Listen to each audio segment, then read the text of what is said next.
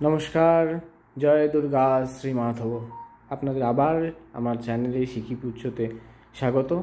আজকে একটি বিশেষ দিন, পূর্ববঙ্গীয় রীতি আছে আজকে। অঘ্রাণ মাসের প্রথম রবিবার এবং সবকটা রবিবারই হয়, সেটি হচ্ছে নাটাই চণ্ডী ব্রত। এটা সন্ধেবেলা করা হয়। এই নাটাই চণ্ডী ব্রততে এমন কিছুই বিশেষ কিছু দরকার নেই, খুব সামান্য আয়োজনই করা যায়। এটি একটি পূর্ববঙ্গীয় রীতি মাত্র। সাধারণত অঘ্রাণ মাসে যদি 5টি রোববার হয় তাহলে 4টি করা হয়, আর যদি 4টি রোববার পড়ে তাহলে 3টি করা হয়। অনেক নিয়ম কিছুই আছে, কিন্তু আমার মাকে সাধারণত যেভাবে করতে দেখেছি সেটাই আমি করি। যদিও আমি বিদেশে থাকি, তো সেই জন্যে খুব ভালোভাবে সব কিছু আয়োজন করা যায় না, তবু চেষ্টা করেছি কিছুটা আয়োজন করার জন্যে করেছি। আপনাদের সেটাই দেখাচ্ছি যে কী কী আয়োজন করেছি আমি।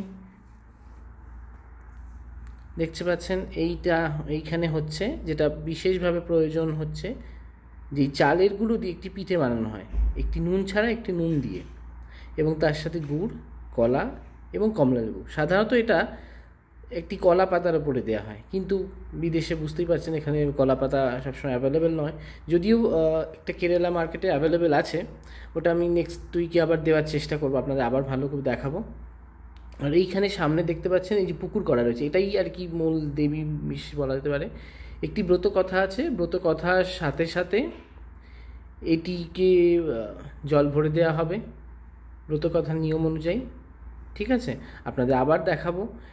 এবং এই ব্রততে যে নিয়মটা আছে, এই যে দেখছেন সাদা রকমের পিঠে মতো আর কি, এতে কি হবে, একটি নুন দেয়া, একটি আলু নুন ছাড়া, যেটাকে আলুনীয় বলা হয় আর কি সাধারণ ভাষায়। আপনার যে মনস্কামনা আছে সেই মনস্কামনা বলে এই পিঠেটা খেতে হবে চোখ বন্ধ করে। তার মধ্যে যদি নুন দেয়াটা আপনার মুখে প্রথম পড়ে তাহলে বুঝবেন আপনার মনস্কামনা পূর্ণ হবে, আর যদি না পড়ে তাহলে বুঝতে হবে যে ওটা পূর্ণ হবে না। আর এটা সত্যি পক্ষত প্রমাণ।